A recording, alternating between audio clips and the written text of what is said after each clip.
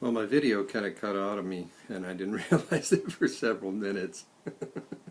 So I'm not exactly sure where I left off, except that I was talking about the way sounds come and go. And what we're going to be invited to notice this week is that our thoughts materialize and dissolve in our awareness in the same way that sound does.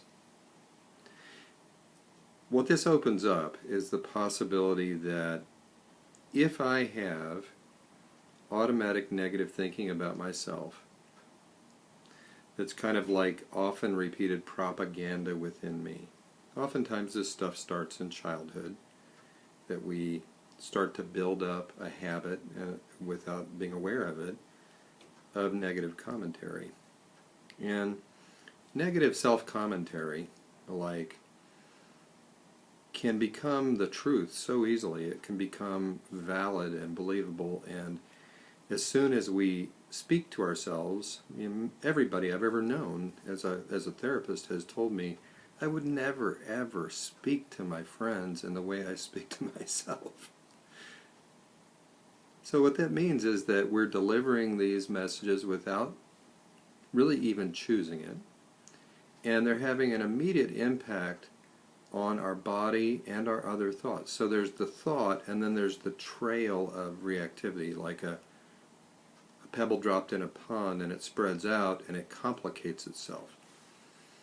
So if I have, many people talk about, like, it starts with a negative thought and then an argument within themselves and a struggle, and this can divide itself into many pieces of thought and feeling and body sensation.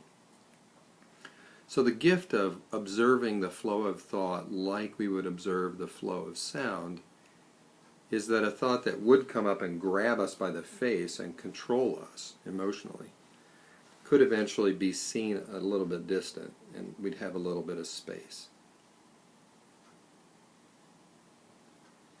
And once that space is there, we always have the option of just watching the thought go by.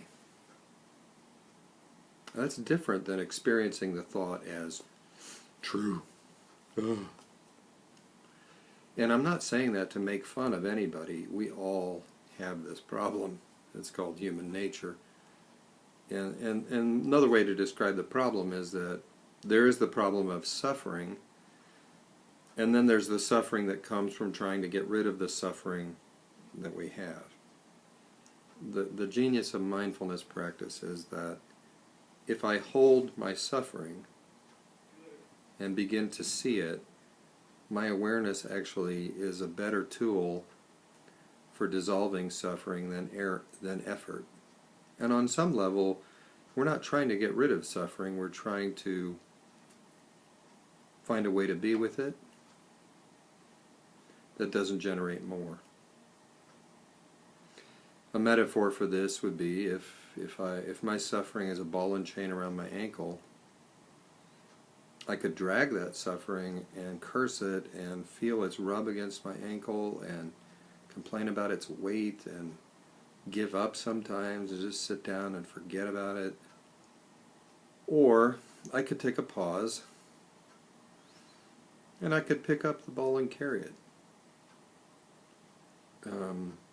willingly.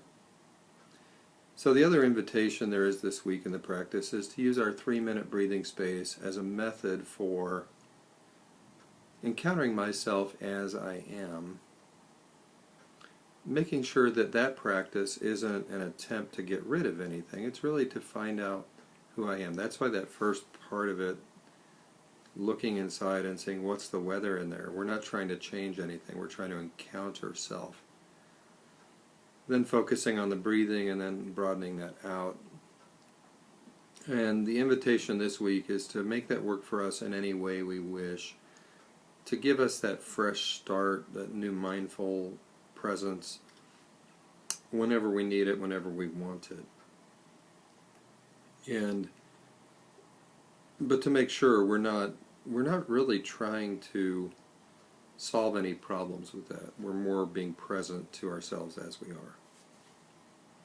So the practice this week is 2 meditations put together, number 4, the breath and body, and number 5, the thought and sound meditation, which, just do it, see what you experience.